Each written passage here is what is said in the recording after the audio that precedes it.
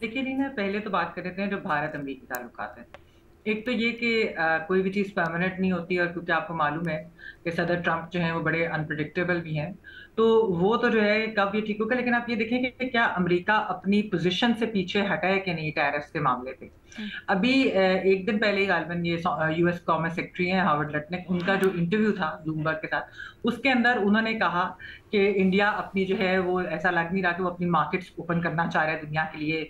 वो रशियन तेल भी नहीं बंद कर रहा खरीदना। फिर उन्होंने जो जिस तरह से वार्निंग देते हैं इंडिया को, उन्होंने कहा कि ब्रिक्स से दूर हो जाएं आप, तो एक वॉवल बन गए हैं बिटवीन रशिया एंड चाइना, तो ये चीज नहीं हो सकती। और फिर उन्होंने उसके बाद बेसिकली कहा कि आपका जो बिगेस्ट क्लाइंट है वो अमेरिकी कंज्यूमर है, तो आपको तो उनको ही देखना चाहिए या केटर करना चाहिए। तो आप अपने देख लें कि क्या। बेसिकली उन्होंने इस तरह बड़ी उन्होंने सख्त जुबान इस्तेमाल की। फिर एक और उन्होंने चीज की, हम्म। उन्होंने कहा कि एक या 2 महीने के अंदर इंडिया जो है, India will be on the table and से सॉरी।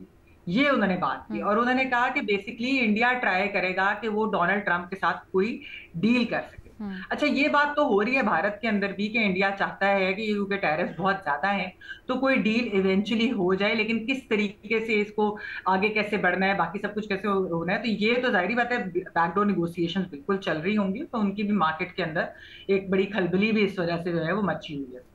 तो एक तरफ तो ये अमेरिका तो अपने पोजीशन से पीछे नहीं हटा, बेशक ट्रंप साहब जो है वो कुछ हम्म। भी कहें। और शायद उन लोगों को नजर आ रहा हो कि बैकडोर जो भी चीजें चल रही हैं आगे चंद माह के अंदर ये चीज शायद ठीक हो जाए, कुछ चीजें इंडिया मान जाए, क्या इनका गिव एंड टेक होगा वो देखा जाएगा। अब असल में ना ये है कि पाकिस्तान इसके अंदर क्या कर सकता है। हम्म। देखिए, जब तक ये टेरिफ्स हैं और ये अंडू अगर नहीं होते, तो पाकिस्तान की जो बिजनेस कम्युनिटी है वो इससे जरूर फायदा उठा सकती है।